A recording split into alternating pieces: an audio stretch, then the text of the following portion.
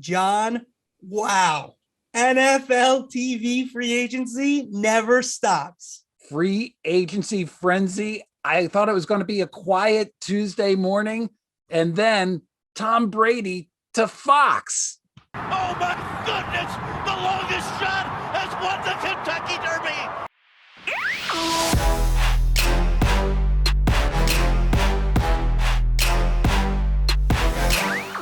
And we're back. The Marchand and Ourand Sports Media Podcast presented by USA Track and Field. He's John Ourand, the media reporter for the Sports Business Journal. I'm Andrew Marchand, sports media columnist for the New York Post. You know, it feels like an emergency podcast. The news just broke. We're on our regular podcast here. You just broke the news, Andrew. 10 years, $375 million. Unthinkable money. It is crazy. So let's do who's up, who's down. Who's up? Who's down? All right, lead us off, Andrew. Well, I think Tom Brady's up. $375 That's million. The easiest who's up, who's down that we've ever had. Yeah, 10 years, $375 million deal. That's a great deal. We'll get into why it's good for Fox as well in a moment. But when you look at it for Brady, I think eventually it became an offer he could not refuse. He's a guy that we mentioned when he was retired, little quotes around that, retired, as a possibility, long shot. There wasn't a feeling that he wanted to do this. I wasn't sure if he wanted to travel. I think those are all questions that I'm not sure if he did want to do those things, but then the money just got higher and higher. Fox loves getting big names, and this is the biggest of them all. Brady's had the greatest career of a quarterback, of any quarterback ever. And now when he does retire, whenever that is, he will be in the booth next to Kevin Burkhardt. My who's up? Eric Shanks. Just like you said, Fox loves big names, and talk about changing a narrative. Eric Shanks basically got spurned by Troy Aikman. Joe Buck also went with Troy Aikman to ESPN. And the narrative around Fox was, yeah, we'll promote, maybe Greg Olsen, who's been in the chair for not a long time. Talk about a blockbuster deal. He's been working on this for a while. He's had big designs on it. We've spent several pods saying, like, why haven't they announced Olsen? Why haven't they made a move yet? And this is why. Kudos to Eric Shanks.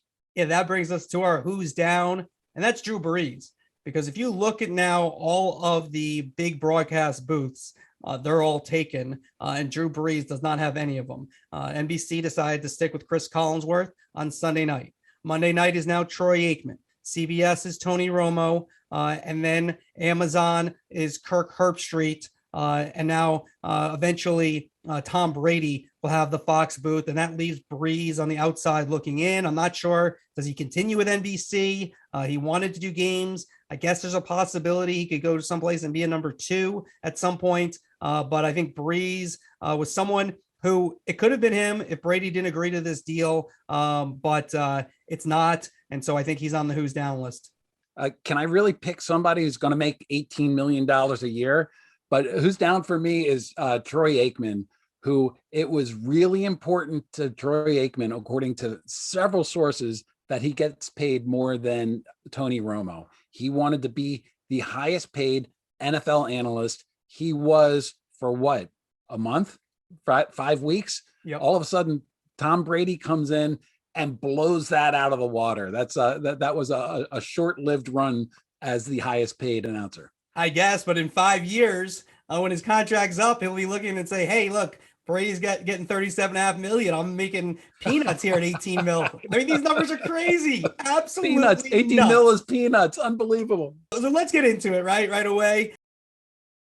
Topic one. We have a number of topics. Let's just talk to our listeners. This is topic one. It's going to be topic one all the way through. This is such a big development, and it was such a surprising development. Go ahead, Andrew. So the feeling was when Aikman left, was that, who's Fox going to go after? And Brady's name was on there when he was retired. Even when Joe Buck was still there, Aikman was gone and Buck was deciding, and Fox was deciding if they'd let Buck out. There was some thought for Joe to hang there and see if they can bring in Tom Brady. He was retired at that point. Brady, I don't know if he was like fully, this is what I want to do. But I think the money kept escalating and escalating to the point where he couldn't say no. And these guys also can fly in on a private jet on Sundays, and they can make it almost one-day affairs. Now, I don't know if Brady really wanted to travel, if this was the full plan. But again, when you get to the money, that makes a lot of sense. And then for Fox, this is the biggest name you could get. They pride themselves having on being big names, and the fact that he's an ambassador with their brands and stuff, that is worth a lot. How much that's worth, I'm not exactly sure. We don't know the exact details of what he's doing there, but that is worth a good sum. When Troy Aikman wanted to get out of his contract and started talking with Amazon and then started talking with ESPN and made it public, he would answer any question that was sent his way. It irritated the folks at Fox. And as soon as he started to make those entreaties, it was more than just Tom Brady was on a list. They started talking to him. Tom Brady was deciding between going back and playing football or going to Fox, and he ended up going to play football. We both thought at that time, okay, those negotiations have been tabled until maybe next offseason or the next offseason, whenever he decides to retire. At no point did we think that the negotiations were continuing to go along to where they would announce it on Tuesday. That's a shocker. So then it comes into, with Brady, what do you do for this season? It looks to me like Greg Olsen is the guy. It is kind of a weird situation with Olsen in that you're kind of a placeholder in this situation because Brady eventually is going to retire. Now, Brady might play. I mean, has anybody said this joke? He might play till 2033. I think I only saw that 200 times on Twitter on Tuesday. Andrew. So that 201. I did make a joke to an executive that from another network, this will line them up for the next TV negotiations that they'll have the analyst in place. Because they're starting next year. There's 11-year deal. So now when Brady finally retires, they'll have Brady in place for those next TV negotiations. But you think it'd be Olsen. And if I'm him, I take it, even though it's not ideal. You do well. It's going to line you up to do games. And, there's a chance that Brady doesn't love it, right? Like, we don't know. I mean, here's the other question, like with Tom Brady, will he be any good? He does seem to have personality. Obviously, he has the resume. So when he says something, he's going to say something good. He'll be working with Kevin Burkhardt, who usually makes his partners better. But we don't know if Brady's going to be good. So to me, for Olsen, I still think it works. Like if it was Drew Brees, I don't know, especially after Olsen had a better first year than Brees, I don't know if that would have been one that, I think Olsen, I could have saw maybe quitting over that. And not doing Fox anymore. But with Brady, it's a little more understandable if you're Olsen. Yeah, let's talk hypotheticals. Let's say Olsen goes in. He's the number one analyst for this upcoming season, which is a Super Bowl season. Yep. And he kills it. And we don't know. Fox doesn't know. Nobody knows if Tom Brady is going to be as good, a $37 million analyst on television. Could there possibly be a 3-person booth? There's a history of that at Fox. That was, when Troy Aikman first went in there was a 3-person booth there as well. So there's a lot, to use a really bad analogy, there's a lot for Greg Olsen to play for here. I mean, if he goes in and he kills it, the world's his oyster in a certain sense.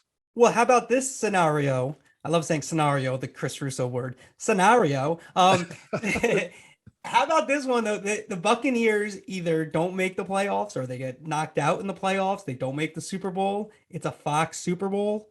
Now, I know Fox, I don't think they love the idea of a 3-man booth, but I don't think you love the idea of paying somebody nearly $40 million a year.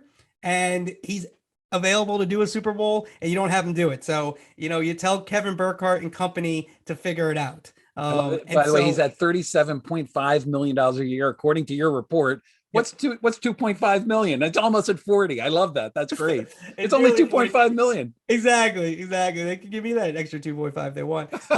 Could Brady be in that Super Bowl booth? I think it's possible until we hear otherwise, right? That he's not going to do it as an active player. I think that makes sense. That puts the glamour on the booth for that Super Bowl. It's hard to do, but a very interesting development that you the more I think about it, I'm like, how does that not happen if he's not in the game? If he's not playing in the game, how is Tom Brady not broadcasting it? Down here in DC, we call it scenario, Ario, not Ario. But my scenario would be, what if Tom Brady gets into the game and you have Kevin Burkhardt in the booth commenting on his future partner who's going to be on the field? I don't think there's going to be any problem with that. It's just going to be a totally unique circumstance. 100%. Yeah, I don't think that will be an issue. How they handle Brady. I mean, quite honestly, Tom Brady on a football field, what is there to say bad about Tom Brady? Who's ever said anything bad about Tom Brady from a football booth? I mean, yeah, exactly. I mean, look, there are people who don't like him. I did get people on my Twitter like, we got to deal with Tom Brady every week on our TVs forever. But bottom line is, I don't think it will affect the broadcast. And let's look at, when you look at Fox's point of view here, and you know, you're more the business guy, Sports Business Journal, your history. To you, explain to me, if you can, and you know, what do you think that makes sense? Like, you know, the money is a lot. Obviously, it's $37.5 million. The argument for it, a little bit, is that you're paying so much to begin with. You know, billions already for the NFL package. What's another $37.5 million? What's your thinking from a business perspective? Does this make sense for Fox Sports? So there's still a ton of questions that I have. There's no chance, none, that Fox is paying Tom Brady $37.5 million per year to only call football games. He's going to be producing shows almost certainly for Fox and for FS1, maybe for Tubi. The Man in the Arena, that series, will that come off ESPN Plus and go to Fox? There are a lot of other ways that Fox can make that $37.5 million per year work beyond just calling the football game. That's number one. Yeah, that's a great point. And you see where like the business is going, right? Like, where is the business going? And these athletes as their own media companies is where it is already, right? We're seeing this with Peyton Manning and Omaha Productions, right? Like, this is what he's building out and what LeBron James has built out. They're building out like what potentially could be billion-dollar companies. All right. And so these guys have that name that they bring into the booth with them. So that's one element of it. But then they're able to also expand. So where does this deal, you know, get to? You know, I think if Brady had wanted to, other entities, you know, including Disney, you see what ESPN Plus is doing and the business they're getting into with these major athletes post-career. So if you're Fox, you say, all right, well, ESPN now has Manning for 4 years. LeBron's going to be out there at some point, right? In terms of, he already is working with people, but he can do his own thing. And so who do you want to be in business with? And I think there's a good argument. Again, we don't know if he's good at business. We don't know if any of these people are good at business. They have smart people sometimes around them that are good at business, but if they're good at business, and then secondly, are they good at broadcasting? But he's Tom Brady. And so the NFL, this is important. I mean, I've heard things, I'm not really ready to go with them, but that the NFL is very important after Aikman and Buck left, that Fox, you know, did right and made that a marquee booth. And everyone has seen what's happened to ESPN for all those years when they had the Tessitore, Booger, Witten booth, and then Levy, Riddick, and Griese, and nothing against those guys, right? Like, I actually think this all this stuff, all this money, all starts with ESPN's inability to make a Monday night booth, with which the idea that you can only get Tom Brady or Tony Romo or these like 4 or 5 quarterbacks. Yeah, I mean, historically that's somewhat true, but like if they had just put together a very good booth, a B plus A minus booth, I don't think we're at this place. Then Romo doesn't have the leverage against CBS, and he doesn't get $18 million a year. And then I could go through the whole dominoes, but this is only supposed to be, you know, we don't want to keep you all day listening to this podcast. But there's a lot of dominoes that fell that got us to this place where Tom Brady, John, is in the booth. I can't even believe it. Hey, what we got to get him is the big get coming on. Put the email into next week, Brady. We're gonna absolutely. I don't know if that's gonna happen. Maybe. I hate to say that $37.5 million a year is a drop in the bucket, but if you look at what Fox, what all the networks are paying, that's one of the reasons all these salaries are going up as high as they are. Fox is paying over $2 billion per year in rights for NFL games. So if you want to get the biggest and best booth possible, $37.5 million, that's, it's not as outrageous as it might seem. What is it? I think it's $2.3 billion that Fox is paying for the NFL games. Counterpoint. It's absolutely outrageous. $37.5 million, John. I mean, yes. So here's the argument. That goes into my next point. And there's been a cliche, and we've both said it, that there is not one broadcast booth that increases ratings and increases people watching the games. And I'm going to totally disagree with that, because I think that there are booths that increase ratings, because if the NFL looks at the Fox booth with Tom Brady and without Tom Brady, it's going to get better games, which are going to produce better ratings and higher viewership. I think you can see that with what's going on with ESPN. They're going to get bigger and better games because they got a better booth, and they paid for that, and that's going to translate into higher ratings. Are people going to turn on, like, I want to see this game because it has Troy Aikman and Joe Buck? No. But is the NFL going to give ESPN better games because they have Troy Aikman and Joe Buck? Absolutely. Okay, so we're in podcast limbo. All right, the schedule, we're taping this. We tape this on Tuesday, comes out Wednesday. This is behind the scenes of the Mando, Marchand and Ourand sports media podcast. Mando. I like Mando. I actually want to talk to you about, the nickname is Mando. One of our top execs on here, Acie Wyatt, calls it Mando. I like that. I don't know. That's an internal thing. We might have to make external. Anyway, to my point, though, we're in podcast limbo because taping Tuesday, news just broke, and, working on the story as we speak. Comes out Wednesday morning. You might be listening Wednesday. Thursday schedule comes out. You could be listening over the weekend. You could be listening at any time. So you might know the answer to this. But I've been told by other executives a number of times, the announcers are not going to make a difference in terms of the schedule. And maybe, and again, people might know this when they're listening to this, if they're listening over the weekend. I think it does have some impact, but Fox has a full NFC package. So I don't see how they're going to be so harmed. And like the NFL is going to harm itself over the broadcasters if it's really bad, perhaps. But I just don't see that personally. Broadcasters do make a difference, right? When you watch a game and it's well done, right? Like, this is a minor point, but like Jason Benetti on the Peacock games compared to what Apple has on their games, it makes it more enjoyable. Feels bigger. It's better. When you have that, it makes a difference. So can you put a number on how much that helps ratings and everything? No, but you're saying but there's I don't know if it works though, right? I don't know if you necessarily get better games. I think that we agree more than we don't agree. Okay. I'm just telling you that ESPN with the Booger Mobile got saddled with an awful schedule. And there was a reason for that. They didn't want to put their marquee games on with a production that was not top notch. And so I think that it's more about a signal to the NFL.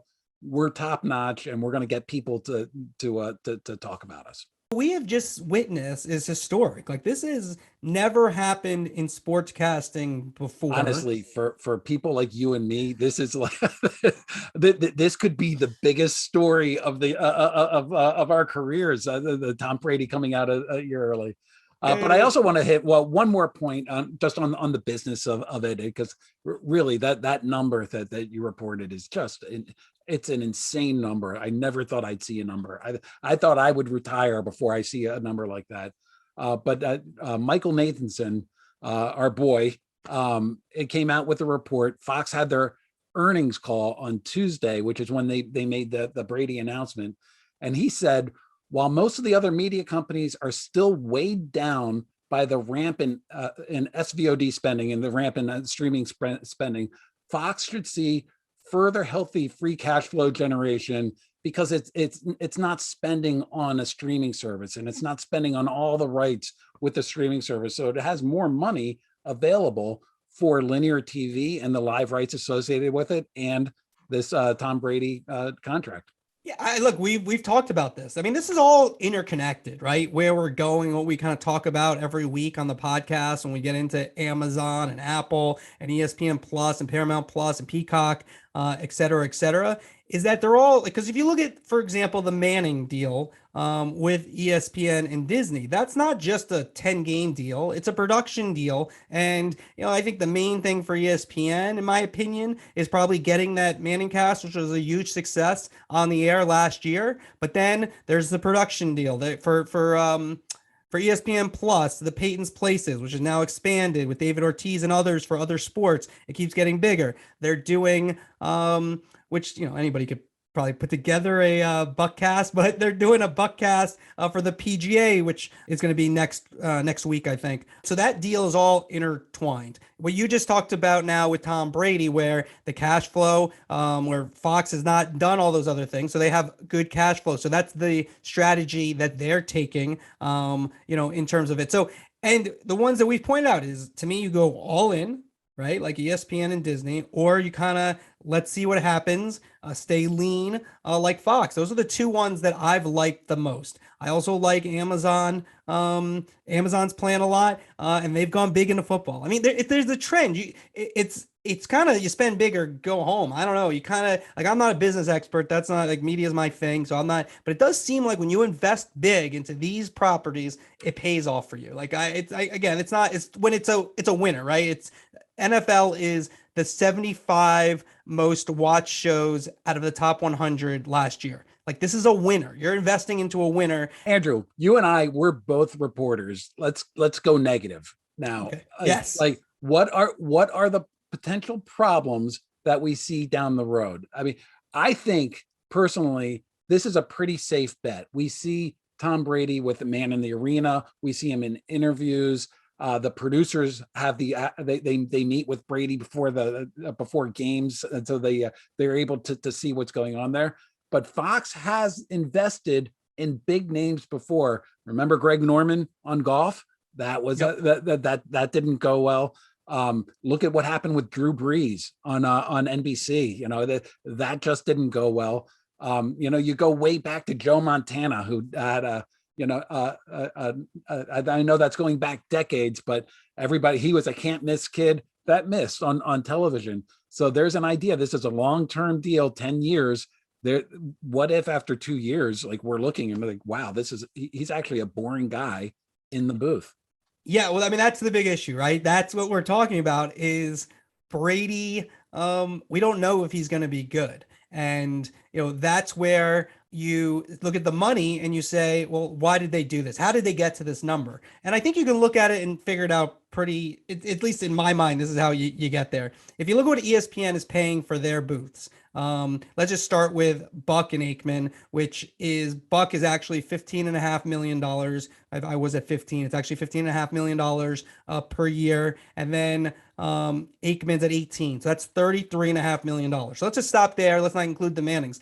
When Brady joins Fox, he'll be making 37.5. And I have Kevin Burkhardt, not as established as Joe Buck, in the $2 to $5 million range, let's say. So let's just say $3 million. So you're at $40.5 million for your top booth. You look at ESPN, they're at $33.5 million. We don't know when Tom Brady's going to retire. Prices go up. But you have Tom Brady for 10 years, which in theory is going to bring you into that next NFL contract negotiation. That's a pretty good thing. If everything goes right and he does the whole contract and you go through there, and that's going to help you in the future. Then you look at ESPN, you add the Mannings. We don't know what the Mannings make because it's with the Omaha Productions. But I do believe it's in the $20 million for Peyton. So you're at 50 plus million for ESPN's booth. You look at CBS. They have Jim Nantz, who I think is around $10 million a year. And then Romo at 18. So that's a $28 million booth. And then NBC, a deal. Cris Collinsworth, 5 months a year he works. He makes only $12.5 million. He needs a Cris better agent. Actually, we're going to do a Marchand and Ourand sports media podcast GoFundMe for Cris Collinsworth at $12.5 million. Please, we're going to put a little thing on the internet and we're going to make it so everyone can raise money for poor Cris Collinsworth at $12.5 million. All right. So Collinsworth, $12.5 million. And then Tirico's at $10 million, around $10 million. So that's a $22.5 million booth. So yes, Fox is going to have the most expensive booth. But they have Tom Brady. I mean, I don't know, like Tom Brady deserves the most. Does he deserve twice? No, but I don't think fully necessarily wanted to do this. This is one like some dream he had to become a sportscaster and be on these games. But the money was just too much to turn down. And I mean, the guy just got everything going on. Another big question I have is with Drew Brees. What does his future look like? He's obviously going to stay at NBC now. Or will he? Probably. I don't know about that. Yeah, like I that, don't no? know. I mean, I think that relationship, look, could he stay and be on their studio show and then do Notre Dame? I think that's possible. But I don't think he likes doing studio. And NBC seemed willing to let him go to Fox Sports if that had been what had occurred here. So I don't know if that's that Drew Brees definitely stays there. Maybe I can't see definitely. Fox Sports paying up to bring in a number two. No. I don't think he ends up at Fox Sports now. No, I think that ship sailed. Like I think unless Olsen, I also think why would Drew Brees want to be number 2 behind Tom Brady? Like there's then he'll be number 3 behind Greg Olsen. No, he's not doing that. Yeah, that's I don't know. Maybe if he really wants to do games, but then he might as well stay at Notre Dame, do those games, do NBC, get better, and then the potential. He's still Drew Brees. He could get better, and then there could be other opportunities. These things. We always say, just from covering baseball forever, we always say you always feel like these things will never change, and all these guys have 10-year things will happen. Things will happen over. These are long contracts. 10 years is a long time. We'll be talking about something happening, someone leaving. Romo. I'm not reporting this. I'm kidding. Joining the golf tour or something. There's something happening where something will happen. I'll tell you what. This is not baseball. This is you're getting $18 million to work from September to January. I mean, I you want to bet? You want to bet? How many years? I'd say within 5 years, we have one of these jobs is not with the person it's with now. No, I'm not taking that bet. So wait, do you disagree? So you're agreeing with me? There's going to be one. No, there's going to be one that leaves. Also, you have with the Mannings, with Brady. There's going to be ownership opportunities. I mean, there's a lot of things that could occur here that could change things. Where I didn't see. I got to think outside the box. What could occur that's going to be better than $20 million a year just to sit in a booth and talk football? But yeah, well, for Brady, if he doesn't like it, let's say he hates it. I mean, he doesn't need the money, right? He wants the money like anybody else. Nothing against that, of course, but he doesn't need the money. So I don't think so. Again, whatever. We're getting a little sidetracked with Brees. I would say I don't know what this means for him, and that's why I have him on the way down with this because he went to NBC. It just didn't. Some of it wasn't like his fault or his advisor's fault. It just sort of was happenstance. Just the NBC thing hasn't worked out as of yet. It doesn't seem like there's an avenue for him to be a number 1, and he could be making these huge $18 million 37.5 million. Just I was like to say 18, right? 37. We have to keep Ella saying that. That's an amazing amount of money. For what was Madden's final salary? That was right around 7 or 8. I think it went down though. Then he declined. Like he instead of keep going up because that was the thing when Romo's deal. Everyone's like that's an anomaly. That's an anomaly with Romo, and then it's not an anomaly. And now the bar is so high. And then you think about when Aikman's contract's up, when the ESPN Super Bowl arrives. You think he's going to be okay with just 18 million? I mean, it's a peasant's wages. Well, this is a first for the Mando pod, Andrew. Mando! A single topic all the way through. It is time. Let's go right into our call of the week. Call of the week. All right. This is the one thing that has nothing to do with Brady, but we both were watching the Kentucky Derby on Saturday. The race itself was amazing. The second longest long shot of all time to win the Kentucky Derby, Larry Collmus's call on NBC was a masterpiece. Let's listen to it. Epicenter has taken the lead as they arrive into the final furlong. Sandin is coming after him. Epicenter and Sandin. These two stride for stride. Simplification down the outside is next. They're coming down to the wire. Epicenter Sandin. Rich strike is coming up on the inside. Oh my goodness. The longest shot has won the Kentucky Derby. Rich strike has done it in a stunning, unbelievable upset. I love watching the Derby. I love watching all the Triple Crown. I'm not a big horse racing guy. I don't know the horses. His knowledge of the horses, his knowledge of watching history being made. Oh my goodness, his total and utter surprise at what was happening. What a great call. It really just drew me into that telecast. To me, it was the inflection that like I do this, right? Like I mean, you guys know this, you're listening. I'm a sports media geek, right? So one thing sometimes I'll do is close my eyes and listen to a call and, listen for the inflection. A lot of things, like I do this with basketball broadcasts a lot. Like if you're reading or something, right? Forgetting that you're, if the best broadcasters make you pick your head up at the right time, just by their inflection, right? That's like a skill that he had. And so in this call, the inflection, I'm not a huge racing person, but when Rich Strike, came out of nowhere, and the only criticism I got with some people, I said it was a 5 out of 5 on Twitter. Some people said he was late to Rich Strike. Yeah, he could have been like, if you listen to it and watch it, if you really want to be so technical, he could have been like 3 seconds earlier. What people don't realize who say that again, and this is the top, this is the major leagues. This is how we grade all these people. This is the major leagues. This is the Kentucky Derby, but you can't nitpick on those 3 seconds. This stuff is going fast. And that's what it is. It's so instinctive. And it was just incredible. And so to me, this is how I end this podcast. Fox Sports was like Rich Strike. It was just from the back, kept going out of nowhere. And then a surprise. And it was, oh my goodness. Oh my goodness. Well, thank you everybody for listening to the end. This was a fun podcast to do. Breaking news, felt like an emergency pod. Please, if you can, go and rate us, give a nice comment, 5 stars only, please. But thank you for listening. Thanks, everybody.